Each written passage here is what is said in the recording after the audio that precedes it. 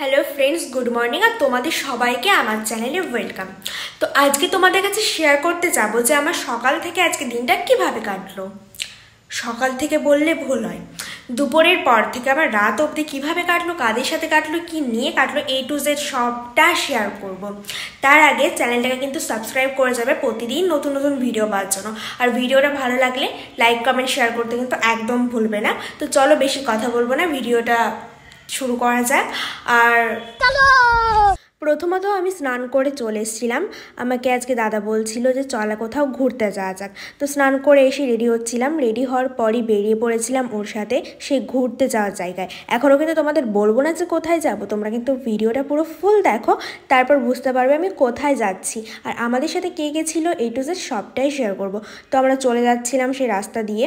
তো রাস্তায় যেতে যেতে আমাদের তেল ফুরিয়ে গেছিলো। ফুরিয়ে বলতে ছিল তেল, তাও ভরতে হতো গাড়িতে, এতটা রাস্তা জার্নি করতে যাচ্ছি তো একটু তেল ভরে নিয়ে যাই, বাই চান্সের তো কোনো লাইসেন্স হয় না। তো তারপরে আমরা বগুলা বাজার ক্রস করে, এটা বগুলা বাজারে বাস স্ট্যান্ড ক্রস করে চলে যাচ্ছিলাম আমাদের সেই জায়গাটায়। তো বগুলা বাজার ক্রস করার পরে ভায়না রোডে ঢুকে গেছিলাম। ভায়না রোডে ঢোকার পরে ওই ব্রিজ আছে একটা, ব্রিজের তলা দিয়ে যাচ্ছিলাম। এই রাস্তাটা খুব তাড়াতাড়ি হয় যাওয়ার জন্য, যে জায়গাটা আমরা যাব আজকে। তো সেই জায়গাটা দিয়ে যাচ্ছিলাম, যাওয়ার পর দেখি যে এটা হরিতলা হাই স্কুল, বোর্ডে দেখেছি হরিতলা হাই স্কুল। তো এখান থেকে টার্ন নেওয়ার পরে আমরা বাজারে উঠে গেছিলাম।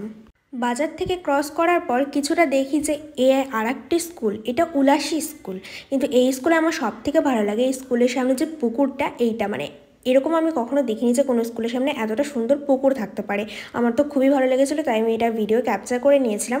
আর সব থেকে ভালো লেগেছে এই সূর্যটা, এই ভিডিওতে অতটা ভালো বোঝা যাচ্ছে না, এত মেঘলা করেছিল আজকে, আমি তো ভাবতেই পারিনি যে আমরা যেতে পারবো। তারপর একটা জায়গায় দাঁড়িয়ে পড়েছিলাম ও কিছুটা জল কিনবে বলে। জলটা কেনার পরে এই রাস্তা দিয়ে সোজা চলে যাচ্ছিলাম। এতটা সুন্দর রাস্তা ছিল এটা, ভিডিওতে সেরকম ভালো বোঝা যাচ্ছে না। দুপাশে ফাঁকা মাঠ ছিল আর গাছগুলো ছিল, আই থিঙ্ক এইগুলো হচ্ছে লম্বু গাছ না মেহগুনি গাছ কিছু একটা বলে। ফাঁকা রাস্তা আর দুপাশে এরকম গাছ।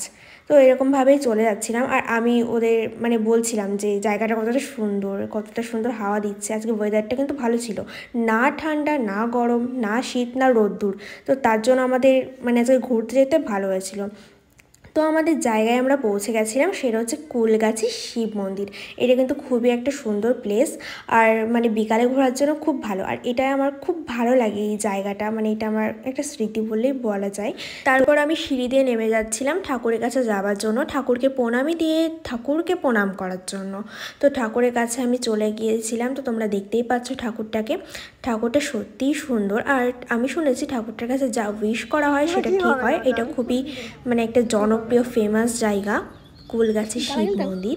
তো তারপরে আমি চারিপাশটা দেখছিলাম, চারিপাশে পুকুরের পাশে ওইগুলো মাছ ছিল। বিকালবেলা সবাই এই মাছগুলোকে বিস্কিট মুড়ি দেয় আর মাছগুলো খাবার জন্য মারামারি করছিল সব এক জায়গায় এসে। তো ফ্রেন্ডস, তারপর আমি চলে গেছিলাম কিছুটা রিলস বানানোর জন্য। তোমাদের সাথে যদি জায়গায় গেছি সেই জায়গায় রিলস করা যাবে না, শেয়ার করা যাবে না, সেটা কি কখনো হয়? তো আমি কিছুটা রিলস করে নিয়েছিলাম, রিলস করা শেষ হয়ে গেছিলো। এখানে আমার প্লেসটা ভালো লেগেছিলো তাই বসে করেছিলাম।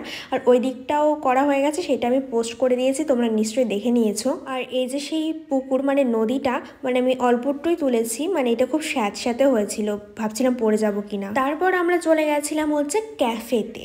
তো ওই মন্দিরটার পাশে একটা ক্যাফে ছিল, তো ওই ক্যাফেটায় চলে গেছিলাম খাবার খাওয়ার জন্য। কোথাও একটা গেছি, সেখানে যে খাবার খাবো না এটা তো হতে পারে না। সো ফ্রেন্ডস, তোমরা দেখতেই পাচ্ছ ফাইনালি আমরা সেই জায়গাটায় পৌঁছে গেছি, green place restaurant and farm হাউসে।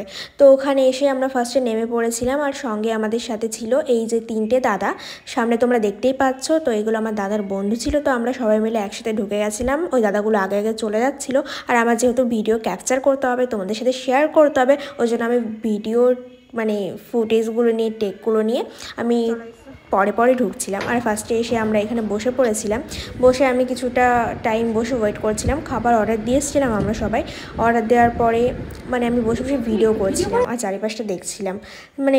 ওখানটায় ভিডিওটা হয়ে গেছে, এবার এখানটার ভিডিও করতে হবে। আর আগে যে একটা ভিডিও দেখেছো সেটা আমি পোস্ট করেছি, কিন্তু এই দুটো ভিডিও এখন আমার পোস্ট করা হয়নি। তো তোমরা পোস্ট করলে দেখতে পাবে, আর কিন্তু পোস্ট করার সাথে সাথে কিন্তু তোমরা লাইক কমেন্ট শেয়ার করে যাবে। তো ভিডিও করতে করতে অনেকটা সন্ধ্যা লেগে গেছিলো।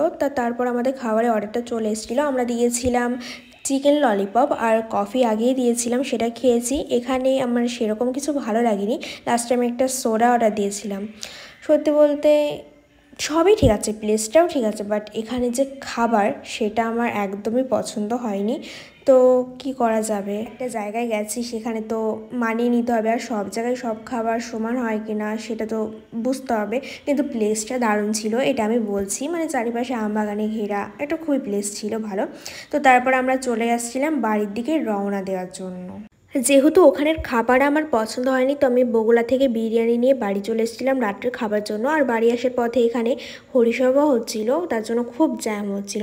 আর তোমরা যারা ঠাকুর ভক্ত, তো তারা কিন্তু লাইক কমেন্ট শেয়ার করে যাবে, চ্যানেলটাকে কিন্তু সাবস্ক্রাইব করে যাবে। তো আজকের জন্য টাটা, দেখা হচ্ছে পরের দিন নতুন ব্লগের সাথে।